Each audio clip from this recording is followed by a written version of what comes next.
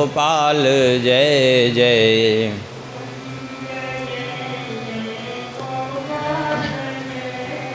श्री राधा रमण हरि गोविंद जय जय।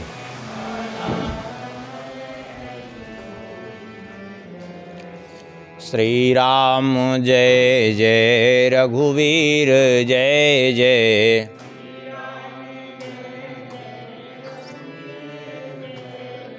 सीतारमण श्री रघुनाथ जय जय।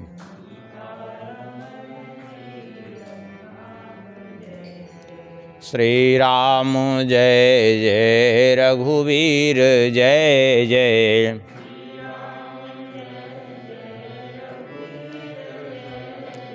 सीतारमण श्री रघुनाथ जय जय।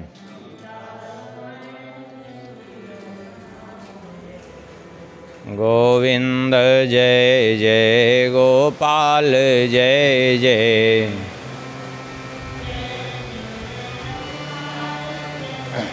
श्री राधा रमण हरि गोविंद जय जय।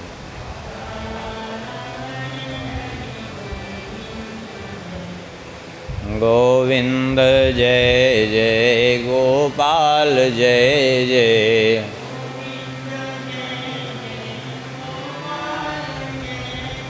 श्री राधा रमण हरि गोविंद जय जय।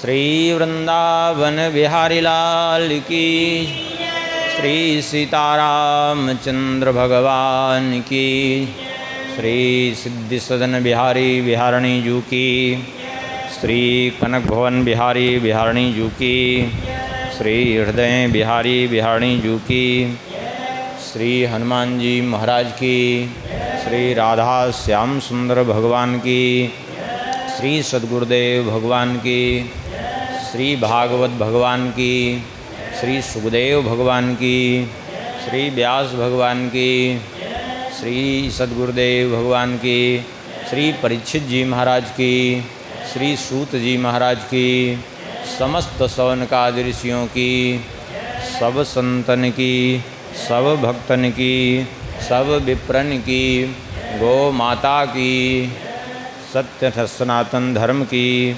जय जय श्री सीताराम, जय जय श्री राधे श्याम।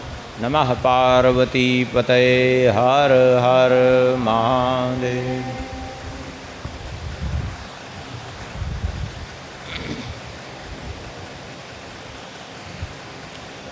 हरिशरणम परम मंगलमय परात्पर अखिलेश्वर अकारण करुणावरुणालय भक्तवांछा कल्पतरु। भगवान की महती कृपा करुणा से भगवान के ही वांग्मय स्वरूप श्री भागवत जी के माध्यम से भगवान के दिव्य चरित्रों का कथन श्रवण का सुंदर सुअवसर प्राप्त हो रहा है। कल तक के प्रसंग में द्वितीय स्कंद तक की कथा संपन्न हुई थी। भगवान श्री सुखदेव जी ने भगवान नारायण ने जो ब्रह्मा जी को चतुश्लोकी भागवत का उपदेश दिया था उसका वर्णन किया और भागवत जी के 10 लक्षणों का वर्णन किया भगवान श्री सुखदेव जी ने। और अब आगे भगवान श्री सुखदेव जी कहते हैं कि हे परीक्षित, जैसे तुमने सृष्टि के संबंध में मुझसे प्रश्न किया है ऐसा ही प्रश्न एक बार श्री विदुर जी ने किया था मैत्रेय जी महाराज से। सुनकर के परीक्षित जी ने प्रश्न कर दिया, कुत्र चतुर्भगवता मैत्रेयेणास संगमः कदा वा संवाद एतद्वर्णयेन प्रभो। कहा, हे भगवान, ये मैत्रेय जी और विदुर जी का मिलन कहाँ हुआ और क्या चर्चा हुई उनमें आपस में, क्योंकि न मैत्रेय जी न विदुर जी दोनों ही कोई सामान्य महापुरुष नहीं हैं, तो दोनों में अत्यंत ही विशेष चर्चा हुई होगी। तो कृपा करके बताइए, ये विदुर जी की कब भेंट हुई मैत्रेय जी से? भगवान श्री सुखदेव जी कहते हैं ये उस समय की बात है, यदा तु राजा स्वसुतान साधून् पुष्णन्न धर्मेण विनष्ट दृष्टिः भ्रातुर्यविष्ठस्य सुतान् विबन्धोन् प्रवेश्य लाक्षा भवने ददाह। उस समय की बात है जब राजा धृतराष्ट्र ने पुष्णन्न धर्मेण विनष्ट दृष्टि स्व असुतान साधून, अपने स्व असाधून पुत्रान, अपने दुष्ट पुत्रों को कैसे अधर्मेण पुष्णन, अधर्म के द्वारा पोषण किया। एक तो धृतराष्ट्र को ऐसे ही बाह्य दृष्टि थी ही नहीं, बाह्य दृष्टि उनको थी ही नहीं पहले से, और उस पर भी इस अधर्म के कारण विनष्ट दृष्टि ही, जो अंदर की विवेक की दृष्टि होनी चाहिए वह विवेक की दृष्टि भी उनसे की समाप्त हो गई। और बार बार भ्रातुर्यविष्ठस्य सुतान विबंधून प्रवेश लाक्षा भवने ददाह, अपने भाई पांडु के पुत्रों के साथ बार बार उन्होंने दुर्व्यवहार किया, और इतना ही नहीं लाक्षा भवन में डाल करके उनको जलाने तक का पूरा उपक्रम कर डाला।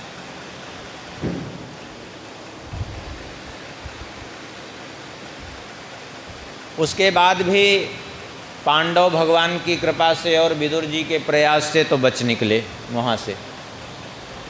द्रौपदी जी के साथ विवाह संपन्न हो गया। विदुर जी ने जब फटकारा उन धृतराष्ट्र को भरी सभा में, कहा कि मुख पे कालिख लगी हुई है, क्योंकि सारा जगत यही कह रहा है कि अपने भाई के पुत्रों को लाक्षा भवन में डाल करके जलाया आपने, तो उस कालिख को पोत लीजिए, साफ कर दीजिए, धुल डालिए। और धुलने का एकमात्र उपाय है कि पांडवों को फिर से आदर पूर्वक बुलाइए और उनका राज्य उनको सौंप दीजिए।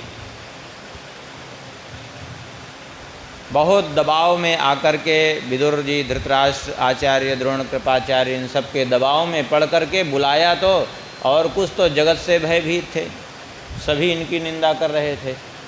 बुलाया तो, लेकिन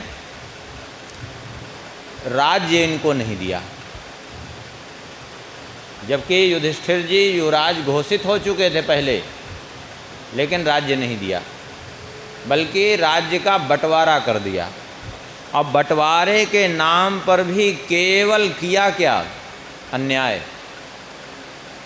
इनको बंटवारे के नाम पे क्या दिया? बोले खांडव प्रस्थ दिया, जो एक बीहड़ जंगल उजड़ी हुई बस्ती थी पहले, इनके क्षेत्र में वो आती थी, क्योंकि वो बहुत लाखों वर्ष पूर्व इनके पूर्वज जो थे यजाति, उनकी राजधानी थी और एकदम उजड़ गई थी बस्ती वो। अब स्वाभाविक है कि जहाँ पहले से किले बने हुए हों और राज उजड़ गई हो पूरी भूमि, और इतना ही नहीं उसको जो है वहाँ बहुत से पेड़ जमाए हों, पूरा जंगल बन गया हो, उसको फिर से उखाड़ करके खोद करके बनाना कितना कठिन काम है।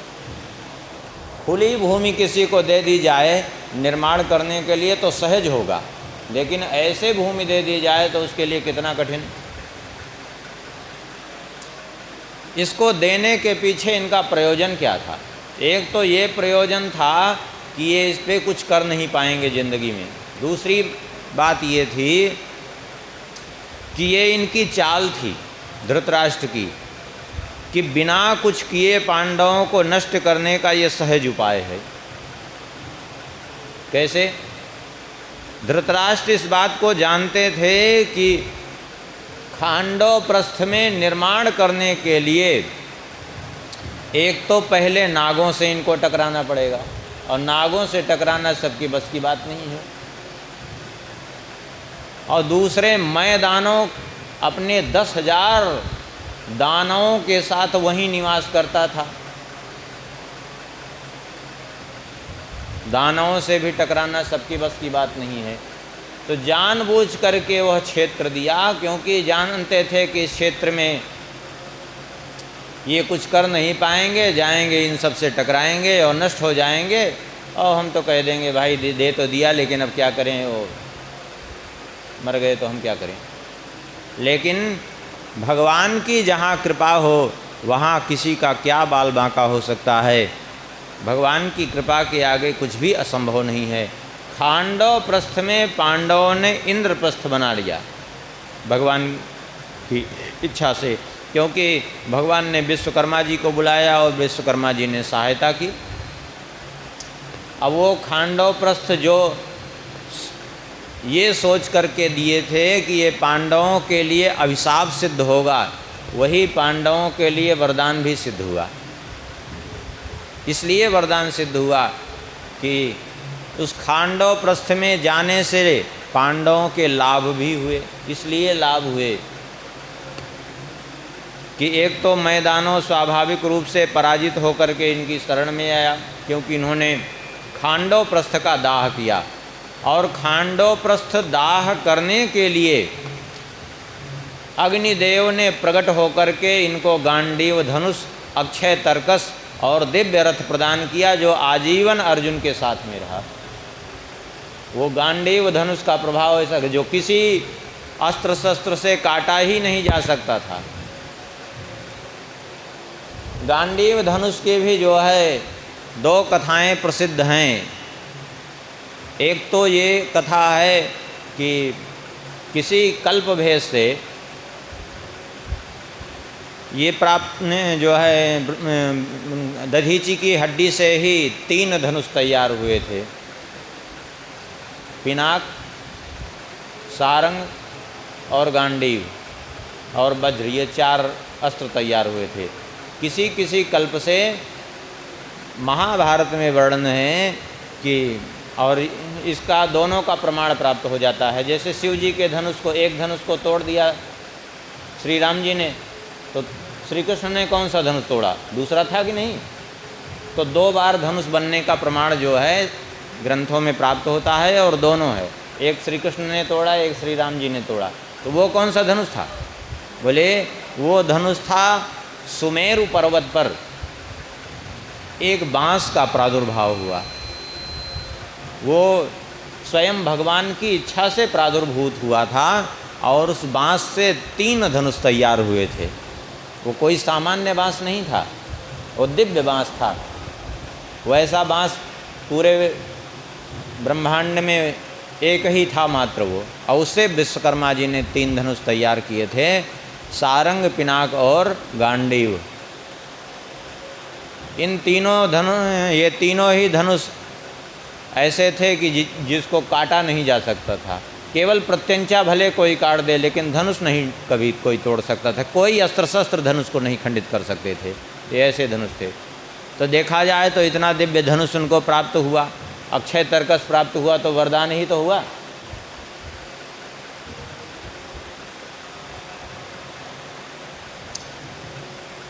आखिर में पांडवों ने वहाँ इंद्रप्रस्थ का निर्माण कर लिया। वो शरण में आया है मैं दानव, जब खांडव प्रस्थ को इन्होंने जलाया। खांडव प्रस्थ क्यों जलाया? इसका कारण ये था कि अग्निदेव को अपच हो गई थी। अपच इसलिए हो गई थी कि एक राजा हुए, राजा श्वेत। राजा श्वेत ने जो है ब्राह्मणों से प्रार्थना की कि आप हमारा यज्ञ कराइए। बोले यज्ञ, और वो भी लगातार 100 वर्ष का यज्ञ। ब्राह्मणों ने मना कर दिया, बोले हम नहीं कराएंगे ऐसा यज्ञ आपका। ये क्यों? बोले यज्ञ में दीक्षा लेने का मतलब आपके है 100 वर्ष तक हम घर जा नहीं सकते, घर का हाल चाल कुछ मिलेगा नहीं। हम परिवार का पालन पोषण कैसे करेंगे? भाई घर की जिम्मेदारी भी हमारी है, इसलिए हम 100 वर्ष तक यज्ञ में दीक्षित नहीं हो सकते। आपके बार बार वो किया तो कह दिया कि इतनी लंबी समय के लिए तो आपका यज्ञ शंकर जी ही करा सकते हैं, जाओ उन्हीं के पास। तो राजा श्वेत को बात लग गई और उन्होंने कठोर तप किया, शिव जी की आराधना की।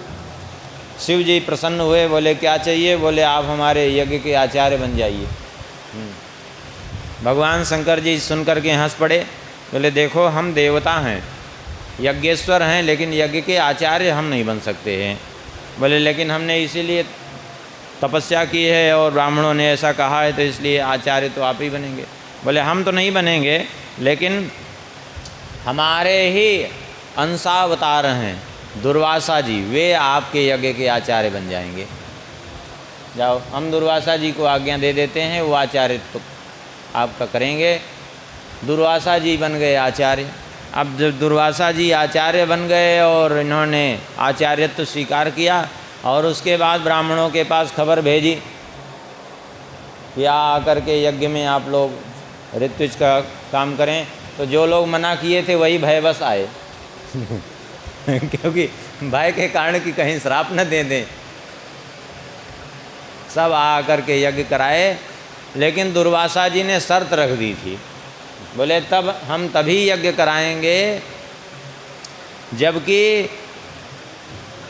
यज्ञ कुंड में लगातार इतनी मोटी धार घी की गिरनी चाहिए कि जितना वो पुर से पानी निकालते हैं, पहले पुर चलता था तो पुर से पानी निकालते थे, तो जितनी मोटी धार उस पानी की गिरती थी पुर से, उतनी ही मोटी धार घी की अग्नि में गिरनी चाहिए लगातार। आहुति वाहुति तो जो होगी वो अलग होगी, इतनी मोटी धार बंद नहीं होनी चाहिए। बोले ठीक है। अब बहुत गैया थी उनके पास, राजा ने तुरंत निश्चय कर लिया। तो इतना ज़्यादा घी पीने के कारण ही अग्निदेव को अपच हो गई थी, अग्निदेव एकदम जीर्ण शीर्ण हो गए। भाई अति कोई भी किसी के लिए भी अति हानिकारक ही होगी। अग्निदेव बड़े दुखी हुए और जाकर के ब्रह्मा जी से अग्निदेव ने कहा, प्रभु हम बहुत दुखी हैं, ये क्या कष्ट है? बोले देख रहे हैं हमको अपच हो गई है, और इस अपच के कारण हम दूसरी आहुतियों को स्वीकार नहीं कर पा रहे हैं, किसी देवता के पास यज्ञ भाग भी नहीं पहुंचा पा रहे हैं, हमारी तो हालत बड़ी ख़राब है। ब्रह्मा जी ने कहा एक उपाय है, तुम यदि जाकर के खांडव वन का दहन कर दो, खांडव वन जला दो, तो तुम्हारी अपच दूर हो जाएगी। बोले ठीक है। खांडव वन जलाने के लिए गए। इंद्र तक्षक को वचन दे चुके थे कि हम इस खांडव वन की रक्षा करेंगे, क्योंकि तक्षक और इंद्र मित्र हैं। वचन देने के कारण इंद्र विवश होकर के अपने आकर के जल वृष्टि करके बुझा देते अग्नि। जब जब ये जलाने का प्रयास करते अग्निदेव खांडव वन, तब जला के अग्नि बरसा के बुझा देते। फिर गए ब्रह्मा जी के पास, अग्निदेव हम असमर्थ हो रहे हैं, क्योंकि इंद्र जो है बुझा देते हैं। ब्रह्मा जी ने कहा तो फिर एक बात है, आप कुछ समय तक प्रतीक्षा करिए, भविष्य में जब पांडव प्रकट होंगे, इस धराधाम पर जन्म लेंगे, और फिर तुम अर्जुन की सहायता लेना, तब तुम इसको जला सकते हो। मेरे ठीक है। इसलिए अग्निदेव आए, एकदम दुर्बल वृद्ध जीर्ण शीर्ण रूप, ब्राह्मण का रूप धारण करके। भगवान श्री कृष्ण और अर्जुन बैठे थे। बोले हमारी सहायता कीजिए। बोले क्या समस्या है आप बताइए, आज्ञा करिए। बोले हम खांडव प्रस्थ को जलाना चाहते हैं, लेकिन ऐसी समस्या है, इंद्र विघ्न करते हैं, इसलिए हम नहीं जला पा रहे हैं। अर्जुन ने कहा कि हम आपकी सहायता कर तो दें, लेकिन हमारे सामने एक समस्या है। साधारण बाण हैं हमारे पास, साधारण धनुष हैं, भाई हमारे पास अस्त्र शस्त्र सीमित हैं, रथ भी हमारा सामान्य है। देवताओं के पास देवराज इंद्र अपनी सेना सहित आएंगे, भाई देवराज आएंगे तो अकेले नहीं आएंगे, पूरी सेना आएगी उनकी। तो इन लोगों का सामना सामान्य बाणों से हम ऐसे कैसे कर सकते हैं? इतने अस्त्र शस्त्र यदि आप हमको उपलब्ध कराते जाएं तो हम अवश्य सहायता कर सकते हैं आपकी। बोले ठीक है। तो तुरंत अग्निदेव ने एक दिव्य रथ प्रदान किया और एक धनुष जिसका नाम था गांडीव और अक्षय तर्कस प्रदान किया। बोले चाहे जितना दिन रात वर्षा करोगे बाणों की, कभी कम नहीं होगा बाण, इसमें सदैव भरा रहेगा। जब जलाने लगे खांडव प्रस्थ तो इंद्र आए वर्षा करने के लिए, लेकिन तुरंत इन्होंने अपने बाणों से छिन्न भिन्न करके सारे बादलों को उड़ा दिया। इंद्र ले आते ऊपर से बादल, तो ये अपना बाण मार करके वायव्यास्त्र से सबको अलग कर देते। इंद्र आए युद्ध करने के लिए सब देवताओं को लेकर के, अकेले अर्जुन ने सबको परास्त कर दिया। विवश होकर के इंद्र चले गए और आकर के सामने इंद्र ने अपनी पराजय स्वीकार की। बोले चलो कोई बात नहीं, अब जो भी है आपने वो कर दिया है, इसको हमको परास्त कर दिया है, हमारा दर्शन दुर्लभ है। मनुष्य के सामने हम देवता यदि प्रकट होते हैं तो कुछ न कुछ अवश्य देते हैं। क्यों? यदि हम न दें मनुष्य के सामने, इसीलिए हम देवता प्रकट नहीं होते। यदि प्रकट होने के बाद भी कुछ न दें तो ये देवताओं के लिए अपमान होता है। देवता फिर उससे उनकी निंदा होती है कि देवता आए फिर भी कुछ नहीं दे दिए, तो आप हमसे कुछ ले लीजिए। बोले हम क्या लें, हम तो कुछ नहीं ले सकते क्योंकि हम क्षत्रिय हैं, हम किसी से मांगते नहीं हैं। बोले फिर भी, बोले हमारे सब कुछ हैं श्री कृष्ण, ये अगर कुछ कह दें तो ठीक है। बोले ठीक। भगवान से कहा कि प्रभु आप तो सारी सृष्टि को सब कुछ देने वाले हैं, लेकिन फिर भी अभी इस समय आप मानव लीला कर रहे हैं, तो बताइए हम क्या दे दें। भगवान ने कहा यदि करना ही चाहते हो तो फिर यहाँ निर्माण करने में सहायता करो। बोले ठीक है। तो विश्वकर्मा जी का आवाहन किया और विश्वकर्मा जी ने आकर के इंद्रप्रस्थ निर्माण करने में सहायता की है। तो इंद्र ने चूँकि सहायता की थी, विश्वकर्मा जी को बुलाया था, इसलिए उस खांडव वन का, खांडव प्रस्थ का नाम इंद्रप्रस्थ रख दिया है। तो जिस समय खांडव वन जल रहा था उसी समय वहाँ नागों का पूरा, तक्षक का पूरा परिवार रहता था। तो तक्षक का परिवार जल करके उसी खांडव वन में भस्म हो गया। एक अश्वसेन नाम का नाग बचा था, वो भागा वहाँ से, आकाश में उड़ा। अर्जुन ने उस पर भी प्रहार किया, लेकिन तब तक उसको सर्पिणी जो उसकी माता थी वो निगल गई और इसीलिए वो बच गया। यद्यपि वो उसकी माता तो नष्ट हो गई, लेकिन अपने बच्चे को बचा दिया उसने। बाद में वही अश्वसेन बदला लेने के लिए महाभारत के युद्ध में आया है, जो कर्ण के बाण के रूप में गया था। भगवान ने उसी समय जब अश्वसेन को बाण बना करके कर्ण ने मारा है, तो भगवान ने अपने चरण के अंगूठे से रथ को दाब दिया है, तो रथ भूमि में धंस गया है। और जब भूमि में धंस गया है तो इनके कंठ में न लग कर के बाण मुकुट में लगा है, और वो मुकुट जो है नष्ट हो गया है।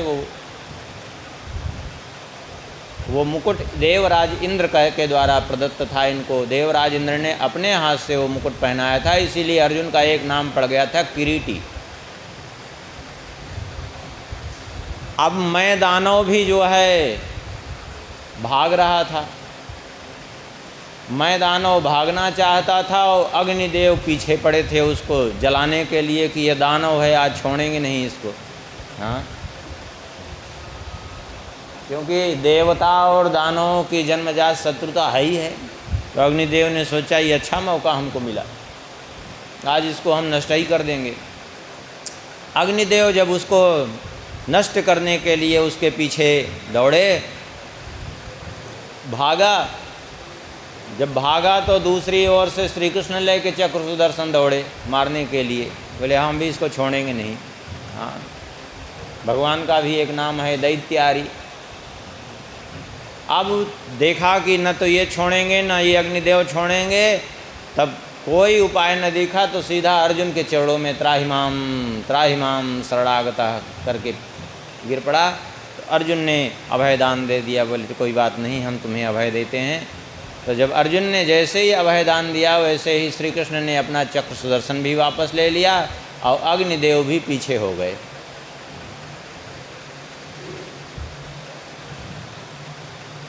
मैं दानव ने कहा कि आपने हमारी प्राण रक्षा की है, इसलिए हम आपको कुछ देना चाहते हैं।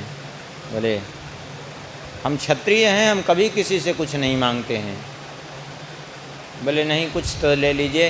बोले श्री कृष्ण से कहिए, वो अगर कुछ चाहें तो हम तो कुछ नहीं चाहते हैं। श्री कृष्ण ने कहा कि तुम एक सभा का निर्माण करो, क्योंकि तुम दानव शिल्पी हो।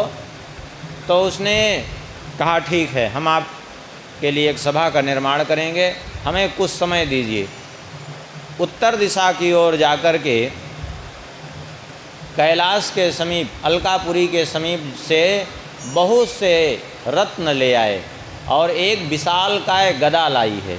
वो विशालकाय गदा भीमसेन को प्रदान की और बहुत से दिव्य दिव्य रत्न लाए और फिर सभा का निर्माण किया है। मैदानों ने 1000 हाथ लंबी और 1000 हाथ चौड़ी सभा बनाई और बड़ी विचित्र सभा बनाई उसने। जहाँ दीवाल दिखाई पड़ता वहाँ दरवाज़ा रहता, जहाँ दरवाज़ा दिखाई पड़ता वहाँ दीवाल रहती, जहाँ ऊंचा दिखता वहाँ नीचा, जहाँ नीचा दिखता वहाँ ऊंचा दिखाई पड़ता, जहाँ जल वहाँ थल, जहाँ थल वहाँ जल। 1000 हाथ लंबी। अब सोच लीजिए कितनी बड़ी सभा बनाई। ऐसी विचित्र सभा का निर्माण किया उसने। पृथ्वी पर ऐसी सभा दूसरी जगह थी नहीं, ऐसी सभा का निर्माण किया। उस समय पृथ्वी पर 2 सभा थी, सुधर्मा सभा। भगवान तो सुधर्मा सभा तो स्वाभाविक है कि देवराज इंद्र के यहाँ से स्वर्गलोक से आई थी, इसलिए वो तो पृथ्वी लोक की सभा थी ही नहीं। दूसरी सभा इनके पास थी, बाकी वैसी सभा कहीं पृथ्वी लोक पर थी नहीं किसी के पास। और वो सभा ऐसी बनाई कि 10,000 किंकर नाम के दानवों को नियुक्त कर दिया मैदानों ने कि जहाँ भी पांडव तुम्हें आज्ञा दें, अपने कंधे पर लाद करके ले जाओगे इस सभा को। तो वो 10,000 किंकर दानव केवल इसीलिए वहाँ निवास करते थे कि जहाँ आज्ञा करते वहाँ ले जाते उस सभा को। और बड़ी विचित्र सभा थी, एक जैसी कभी दिखती नहीं थी। अभी स्वरूप कुछ दिख रहा है, थोड़ी देर बाद कुछ दिखेगा, फिर थोड़ी देर बाद कुछ दिखेगा, ऐसे उसमें बदलाव आता रहता था। उसी सभा में दुर्योधन भ्रमित होकर के गिरा था और उसके बाद इन्होंने राजसूय यज्ञ किया। राजसूय यज्ञ किया। उस समय धृतराष्ट्र को तो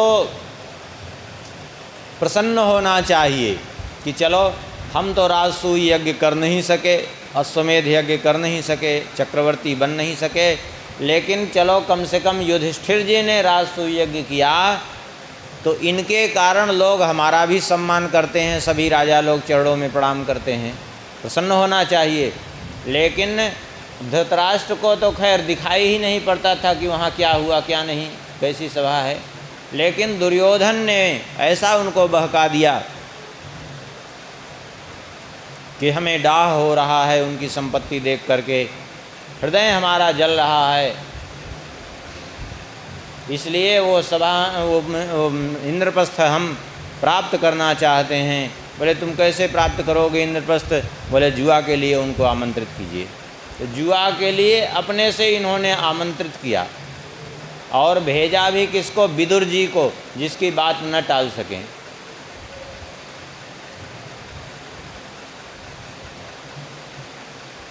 राजसूय यज्ञ से जाते समय ही भगवान वेदव्यास जी ने विदा होते होते युधिष्ठिर जी से कह दिया था कि समय खराब आने वाला है।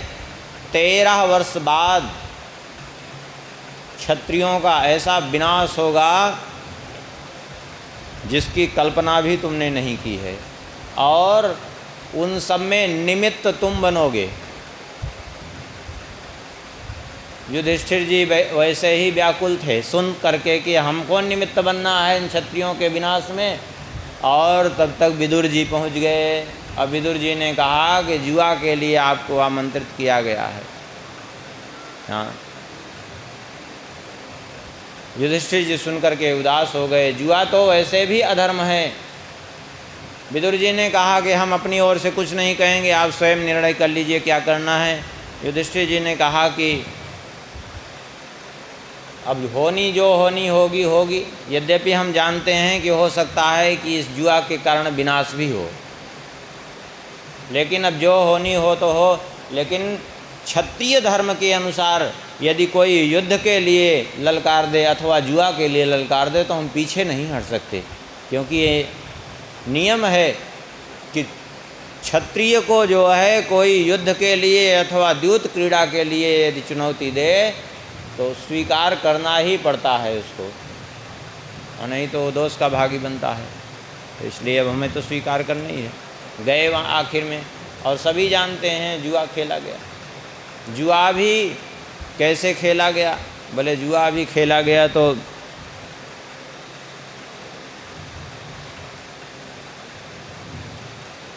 बेईमानी पूर्वक। जब सब बैठ गए जुआ खेलने के लिए तो दुर्योधन ने कहा हमारी ओर से हमारे मामा शकुनी पासा फेंकेंगे। अब यहीं थोड़ा सा होनी ही कहा जाए, नहीं तो यहीं थोड़ी सी चूक हुई। यदि युधिष्ठिर जी कह देते ठीक है, तो तुम्हारी ओर से यदि प्रतिनिधि कोई पासा फेंकने के लिए है तो प्रतिनिधि के स्थान पर तो हमारी ओर से भी प्रतिनिधि ही होना चाहिए ना, नियम तो यही था। तो तुम्हारी ओर से शकुनी फेंकेंगे तो हमारी ओर से भी हम श्री कृष्ण को बुलाते हैं, वो पासा फेंकेंगे कह देते, तब फिर शकुनी की क्या दशा होती हो शकुनी भी कल्पना नहीं कर सकते थे। लेकिन युधिष्ठिर जी अपने सरल स्वभाव से खेलने के लिए तैयार हो गए और परिणाम ये हुआ कि सब कुछ हार गए। अब भरी सभा में द्रौपदी को अपमानित होना पड़ा। भगवान ने आकर के उनकी रक्षा की। कहते हैं श्री सुखदेव जी महाराज कि उस समय यदा सभायां कुरुदेव देव्या केशाभिमर्शं सुतकर्म गर्हं नवारयामास नृपस्नुषाया स्वास्त्रैः हरन्ति कुच कुंकुमानि। भरी सभा में द्रौपदी के केस पकड़ करके खींच के ले आया, लेकिन फिर भी इनको लज्जा नहीं लगी धृतराष्ट्र को। भरी सभा में वस्त्र उतारने की आज्ञा दी दुर्योधन ने, लेकिन एक शब्द नहीं कह पाए कि ऐसा क्यों कर रहे हो, द्रौपदी हमारी कुलवधू है। एक शब्द नहीं बोले ये।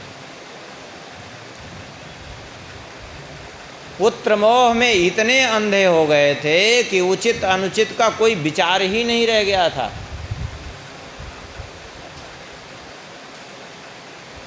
पांडवों के साथ इतना अत्याचार होता रहा और कुछ नहीं बोले। और घबराए कब, जब द्रौपदी जी श्राप देने के लिए उद्यत हो गई और गांधारी ने आकर के फटकारा कि आपको लज्जा नहीं आती। तो श्राप के भय के मारे जो है बोले ऐसा करिए कि जो है हमसे वरदान मांग लीजिए, हम जो इच्छा हो वरदान हम मांगो, हम दे देंगे।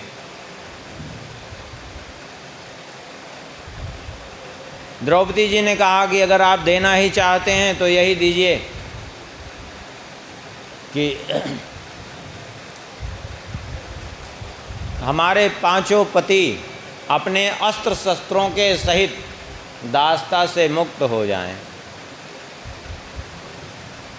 बोले अब दूसरा वरदान मांग लीजिए, इसको तो दिया, दूसरा वरदान भी हम देना चाहते हैं। बोले तो दूसरा ये दे दीजिए कि धर्मराज का जो ज्येष्ठ पुत्र है प्रतिविंध है, वो दास न कहलावे, दासी पुत्र न कहलावे, क्योंकि आपने इनको जीत लिया था, तो दास पुत्र न कहलावे। बोले ठीक है, दिया। अब तीसरा वरदान भी मांग लो। तो द्रौपदी ने कहा तीसरा वरदान मांगने की हमारी भी वो नहीं है, तीसरा वरदान मांगने का हमारा अधिकार ही नहीं है। क्यों? इसलिए कि मैं एक क्षत्राणी हूँ और क्षत्रिय को 2 वरदान ही मांगने का अधिकार है। 100 वरदान मांगने का अधिकार केवल ब्राह्मण को होता है। ब्राह्मण के अतिरिक्त जो है, ब्राह्मण भी 100 वरदान तक मांग सकता है, क्षत्रिय अधिक से अधिक 2 वरदान मांग सकता है। इसलिए मैं 2 से अधिक नहीं मांग सकती आपसे। लज्जा आनी चाहिए धृतराष्ट्र को सुनकर के कि ऐसी विकट परिस्थिति में भी द्रौपदी अपने धर्म का परिपालन कर रही हैं, लेकिन इनको लज्जा नहीं आई। क्यों? क्योंकि विवेक ही नष्ट हो गया था। मोह के कारण इतने अंधे हो गए थे कि कुछ सूझ ही नहीं रहा था अपने पुत्रों के आगे। तो अपनी ओर से कह दिया ठीक है। उस समय भयभीत होने के कारण कि हम सारा राज्य जो भी जीता है उसको वापस करते हैं। जब पांडव वहाँ से चलने लगे तो फिर से जा कर के दुर्योधन ने कहा नहीं, फिर से जुआ खेलने के लिए आप आज्ञा दीजिए। इस बार शर्त लगेगी 12 वर्ष का वनवास और 1 वर्ष का अज्ञातवास। फिर से इन्होंने आज्ञा दी। विवश होकर के युधिष्ठिर जी ने फिर से जुआ खेला और हार गए। परिणाम यही हुआ कि 12 वर्ष का वनवास और 1 वर्ष का अज्ञातवास शर्त रखी गई। वो भी 12 वर्ष का तो वनवास था, 1 वर्ष का अज्ञातवास। वन में नहीं निवास करना था, किसी गांव में नहीं निवास करना था। शर्त ये रखी गई थी कि 1 वर्ष का अज्ञातवास किसी भी राज्य के राजमहल में अथवा राजमहल के आसपास ही बिताना है। ये जानबूझ करके ऐसी शर्त रखी गई थी कि ये कहीं भी जाएं सब जगह पहचान लिए जाएंगे। भाई देखिए, एक सामान्य व्यक्ति हो वो कहीं भी छुप सकता है, एक सामान्य व्यक्ति कहीं भी छुप सकता है। लेकिन अभी भारतवर्ष का प्रधानमंत्री राष्ट्रपति चाहे कि कहीं छुप जाए तो छुप पाएंगे क्या? क्योंकि सारे भारतवर्ष का ही नहीं, विश्व का बच्चा बच्चा पहचानता है इनको। कहाँ छुपेंगे? कहीं नहीं छुपेंगे पाएंगे। ऐसे ही ये चक्रवर्ती सम्राट थे तो इनको कौन नहीं जानता था। अद्भुत तेजस्वी अपने स्वरूप से सब थे। इसलिए ये सोच करके कि ये पांचों जैसे सूर्य को कोई छुपा नहीं सकता, ऐसे ही ये पांचों ऐसे हैं कि कोई छुपा नहीं सकता, कहीं छुप नहीं सकते।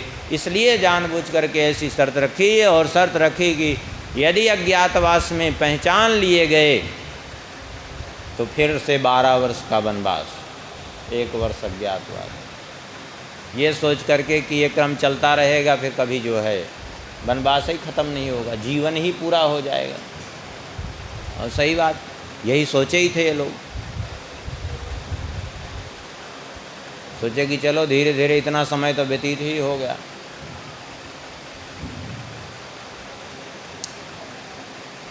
आखिर में जो है जब इनको राज्य नहीं दिया, विदुर जी ने फटकारा, धृतराष्ट्र को समझाया विदुर नीति का उपदेश दिया, सब कुछ समझाया, लेकिन बात समझ में नहीं आई। उसी समय की बात है, दुर्योधन ने विदुर जी का अपमान किया है और विदुर जी छोड़ करके चल दिए हैं। धनुष बाण अपना रख दिया है राजमहल के द्वार पर और चल पड़े हैं। धनुष बाण रख करके इसलिए गए कि इन लोगों को ये संदेह न हो कि धनुष बाण लेकर के जा रहे हैं, कहीं ऐसा न हो पांडवों की सेना में शामिल हो जाएं।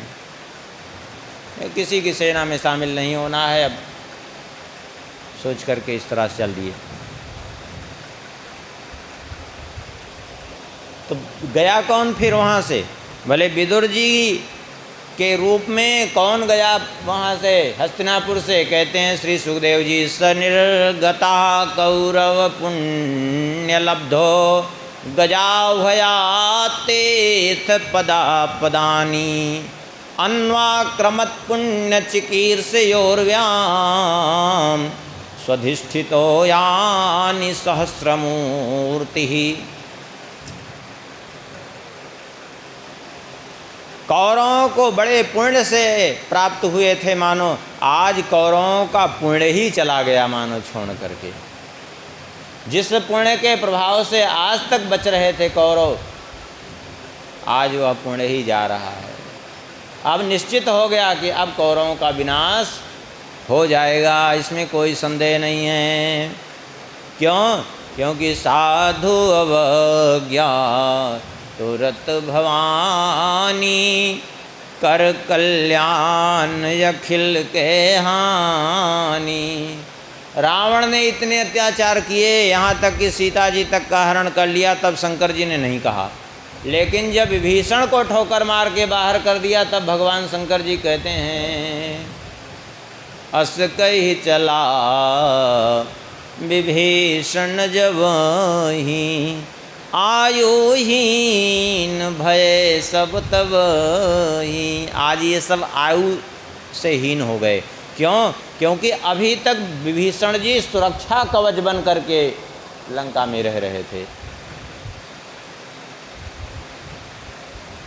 और श्री विदुर जी वहाँ से चल करके विचरण करने लगे तीर्थों में, अवधूत वेश में अपने आप को छुपाए हुए विचरण करते, भारतवर्ष के सभी तीर्थों में विचरण करते। कहाँ कहाँ जाते? बोले विभिन्न तीर्थों में विचरण करते, जाकर तीर्थों में स्नान करते। और अन्यानि चेह द्विज देव देवै कृतानि नाना यतनानि विष्णो प्रत्यंग मुख्यांकित मंदिराणि यद्दर्शनात् कृष्ण मनो स्मरन्ति। अन्यानि चेह द्विज देव देवैः, देवताओं के द्वारा और ब्राह्मणों के द्वारा जो स्थापित किए हुए मंदिर थे भगवान के, उन मंदिरों में जाकर के दर्शन करते। क्यों? क्योंकि उनका दर्शन करके प्रत्यक्ष भगवान की स्मृति जागृत हो जाती। आप कहेंगे मंदिर में कोई विशेष रूप से भगवान रहते हैं क्या? भगवान तो घट घट व्याप्त हैं, भगवान तो कण कण में व्याप्त हैं। फिर मंदिर में क्या विशेषता है? बोले है विशेषता। क्या? सारी दुनिया में हवा है कि नहीं? तो फिर आप पंखा क्यों चलाते हैं? ये कूलर क्यों चलाते हैं? क्यों? क्योंकि उस हवा को विशेष रूप से अनुभव करने के लिए, उस हवा का विशेष रूप से लाभ प्राप्त करने के लिए पंखा चलाते हैं। हवा पंखा निर्माण नहीं कर रहा है, लेकिन बाहर से उसी हवा को खींच करके जो प्रदान कर रहा है।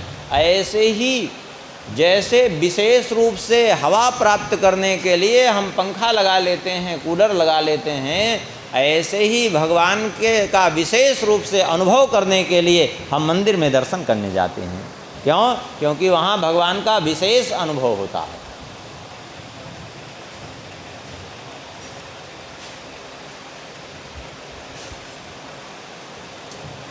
इस तरह विचरण करते करते श्री उद्धव जी महाराज, अरे ये विदुर जी महाराज प्रभास क्षेत्र में जब पहुँचे तब विदुर जी को पता चला कि कौरवों पांडवों के युद्ध में संपूर्ण कौरवों का तो विनाश हुआ ही, पांडवों में भी 5 ही पांडव बचे हैं, बाकी उनका भी पूरा परिवार नष्ट ही हो गया है। 18 अक्षौहिणी सेना में कुल 10 लोग बचे हैं, बाकी सब नष्ट हो चुके हैं। लेकिन विदुर जी तीर्थ यात्रा में ही भ्रमण करते रहे, लौट करके आए नहीं, और विचरण करते करते बहुत समय बीता और पहुंच गए श्रीधाम वृंदावन। जब वृंदावन पहुँचे तो अचानक उद्धव जी से भेंट हो गई इनकी, क्योंकि उद्धव जी उसी समय चले आ रहे थे द्वारिका से। सीधे द्वारिका से ब्रजमंडल में जैसे ही पहुँचे वैसे मिल गए सामने विदुर जी। उद्धव जी को देख करके श्री विदुर जी ने पूछना चालू किया भगवान श्री कृष्ण का, प्रद्युम्न का, अनिरुद्ध का, सबका, बलराम जी का, वसुदेव जी का, सबका समाचार जब पूछना चालू किया तो इतना सुन करके श्री उद्धव जी की क्या दशा हुई। कहते हैं उद्धव जी तो भगवान का स्मरण करते करते समुहूर्तम अभूस्तूष्णीं कृष्णांघ्रिसुधया वृषं तीव्रेण भक्ति योगेन निमग्ना साधु निर्वृता। तीव्र भक्ति के योग में शांत तो हो ही गए, उनके का सारा शरीर पुलकित हो गया, और पुलकित ही नहीं हो गया, ऐसी स्थिति हुई कि मानो इनका देह ही छूट गया हो, मानो अब देह की चैतन्य अवस्था ही खत्म हो गई हो।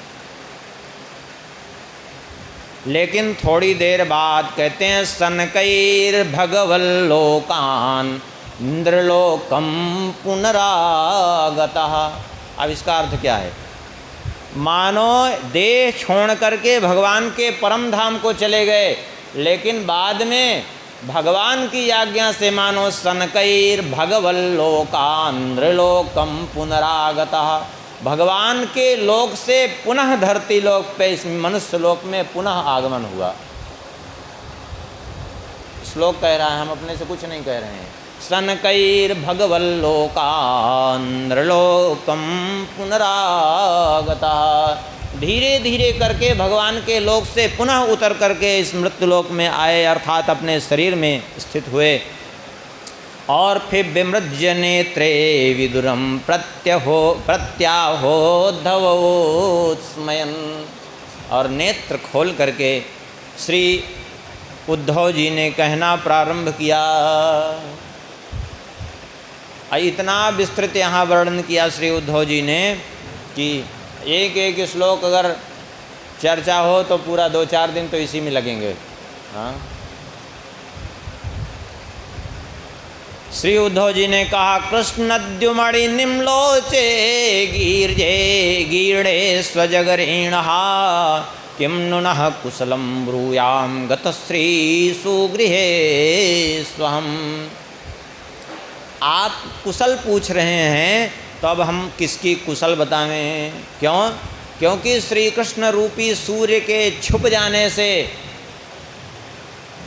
सभी के घरों को अंधकार रूपी अजगर ने डस रखा है। तब बताइए किसकी कुशल कहें? क्योंकि जिनकी आप कुशल पूछ रहे हैं इस धराधाम पर इस समय कोई है ही नहीं है। उद्धव जी कहते हैं कि मैं इस लोक को अत्यंत दुर्भाग्य से युक्त मानता हूँ। दुर्भगो बत लोकोऽयं यदवो नितरामपि एषं वसंतो न विदुर हरिं मीना इवोडुपम। पहली बात तो ये मृत्युलोक ही अत्यंत दुर्भगा है, अत्यंत दुर्भाग्य से युक्त है, और उस पर भी यदो नितरामपि कहते हैं, उस पर भी यदुवंशी विशेष दुर्भाग्य से युक्त हैं। यदुवंशी क्यों विशेष दुर्भाग्य से युक्त? तो उद्धव जी कहते हैं वो इसलिए विशेष दुर्भाग्य से युक्त हम कह रहे हैं कि जैसे चंद्रमा जब तक समुद्र के भीतर थे, चंद्रदेव समुद्र में जब थे, तो समुद्र में रहने वाली मछलियां, समुद्र के मत्स्य, वे चंद्रमा के प्रभाव को नहीं समझे।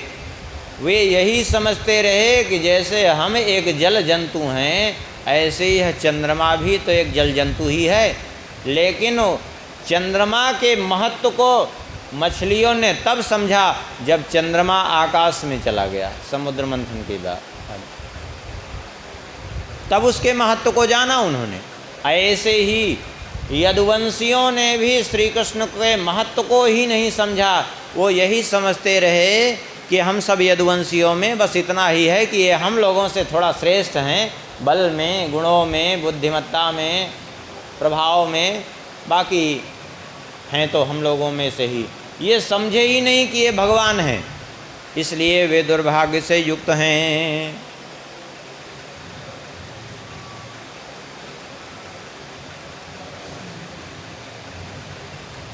अरे जिनको मारने के लिए पूतना गई, विष लगा करके अपने स्तनों में भयंकर कालकूट लगा करके, उसको भी जिन्होंने माँ की गति प्रदान कर दी, और वे ही यदुवंशियों के साथ रहते थे, लेकिन यदुवंशियों ने उनकी महिमा न समझ करके केवल जो है मनमाना आचरण किया।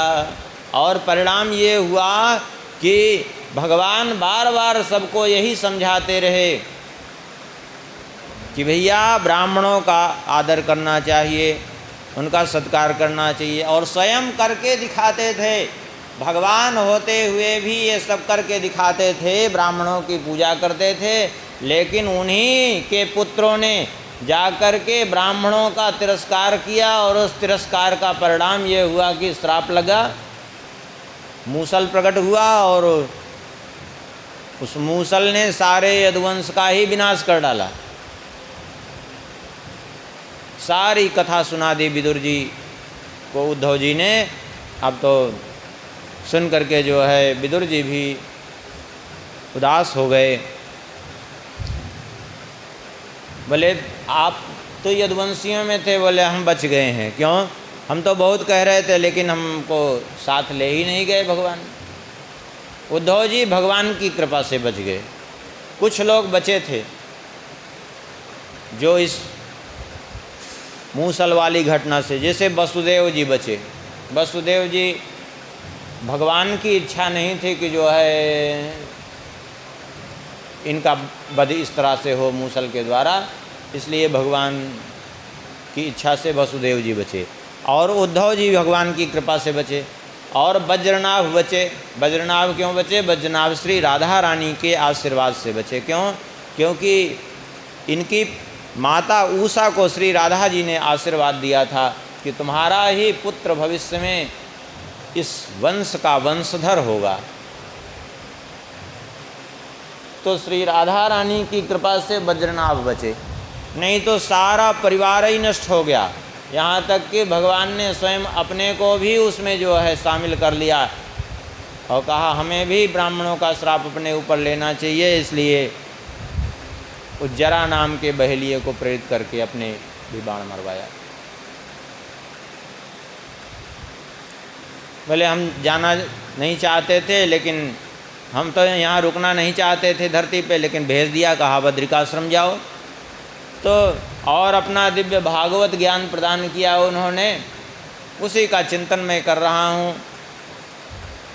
भगवान ने कहा इसी दिव्य भागवत ज्ञान के सहारे तुम अपना शेष समय बिताना। उनकी चरण पादुका लेकर के मैं यहाँ चला आया।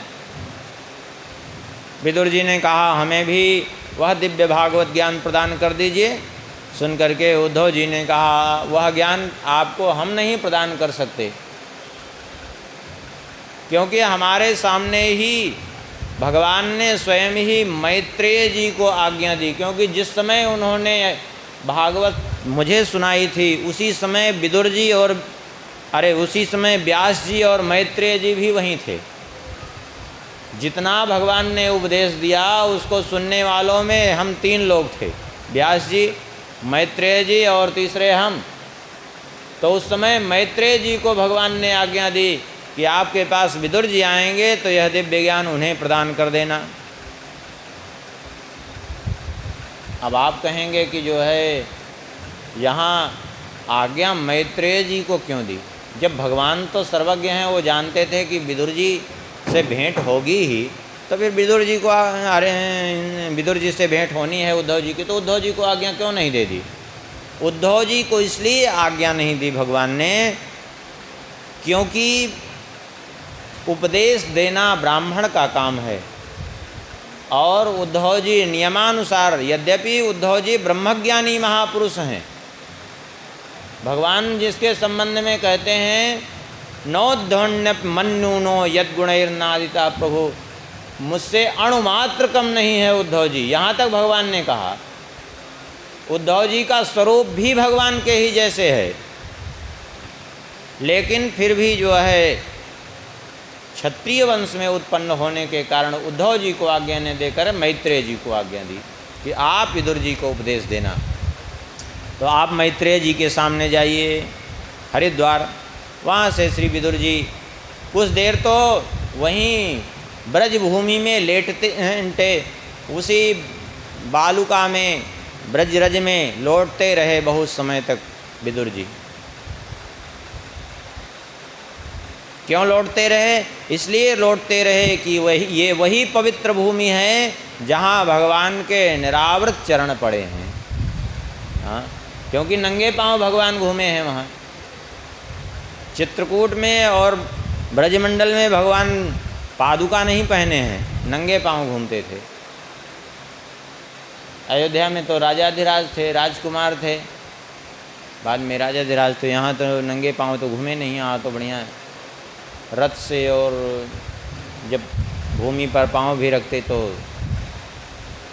बढ़िया सुंदर पादुका होती, लेकिन वहाँ तो नंगे पांव घूमते थे। बहुत समय लौटते रहे, उसके बाद फिर उठे और उठ करके फिर हरिद्वार की ओर प्रस्थान किया और जा कर के श्री मैत्रेय जी के पास पहुँचे। मैत्रेय जी के चरणों में वंदन किया और मैत्रेय जी से पूछा, सुखाय कर्माणि करोति लोको नतै सुखं वान्यदुपारं वा विन्देत भूयस्ततैव दुःखं यदत्र युक्तं भगवान वदेन्नः।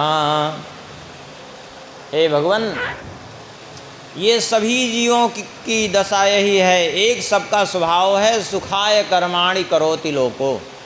सभी केवल सुख के लिए कर्म करते हैं, दुख कोई नहीं चाहता।